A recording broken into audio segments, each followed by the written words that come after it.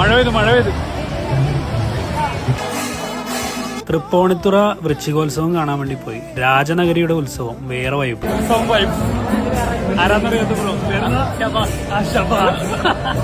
നമ്മളൊറ്റക്കാണെങ്കിൽ നമ്മൾ നിൽക്കുന്നിടത്ത് ഒരു കൂട്ടം ഉണ്ടാക്കുക, അതാണ് എന്റെ പരിപാടി. അപ്പൊ എന്തായാലും നല്ല തിരക്കുണ്ടാട്ടോ, കിട്ടില്ലെന്നാണ്. ശരിക്കും ഈ വിദേശത്തൊക്കെ ഉള്ളവർ ഏറ്റവും കൂടുതൽ മിസ് ചെയ്യുന്നത് ഇതൊക്കെ തന്നെ ആയിരിക്കും അല്ലേ. നല്ല അടിപൊളി ലൈറ്റിങ് കാര്യങ്ങളൊക്കെ ആയിരുന്നു കേട്ടോ ഗോപുരത്തിന്റെ ഫ്രണ്ടിലൊക്കെ ഉണ്ടായിരുന്നത്. അപ്പോൾ ഓരോരുത്തരും തിരക്കിലാണ്. കുഞ്ഞു മക്കളെയൊക്കെ ആയിട്ട് വന്ന് ഓരോരുത്തരും ഉത്സവം ആസ്വദിക്കുന്ന കാണുമ്പോൾ തന്നെ ഒരു സന്തോഷമാണ് കേട്ടോ. ആനകളും ചെണ്ടമേളവും ഒക്കെ ഇല്ലാതെ എന്ത് ഉത്സവമാണുള്ളത്. അപ്പോൾ നോക്കിയേ, പൂർണ്ണത്രേശ്വര ക്ഷേത്രത്തിലെ ഈ ഒരു പഞ്ചവാദ്യവും അത് ആസ്വദിക്കുന്നവരും അതൊരു പ്രത്യേക ഫീൽ തന്നെയായിരുന്നു കേട്ടോ. പല വീഡിയോകളും നിങ്ങൾ കണ്ടിട്ടുണ്ടാവും. അപ്പോൾ എന്തായാലും നല്ല കുറേ കാഴ്ചകൾ എനിക്ക് കാണാൻ വേണ്ടി പറ്റി. അപ്പോൾ ഉത്സവം എന്ന് പറഞ്ഞു കഴിഞ്ഞാൽ തൃപ്പൂണിത്തുറ വേറെ ലെവൽ ഫീൽ തന്നെയാണ്. നല്ല ആളുള്ള സ്ഥലത്ത് പെട്ടെന്നൊരു മഴ പെയ്താൽ എങ്ങനെ ഇരിക്കും, അതാണ് നിങ്ങളെ കാണുന്നത് കേട്ടോ.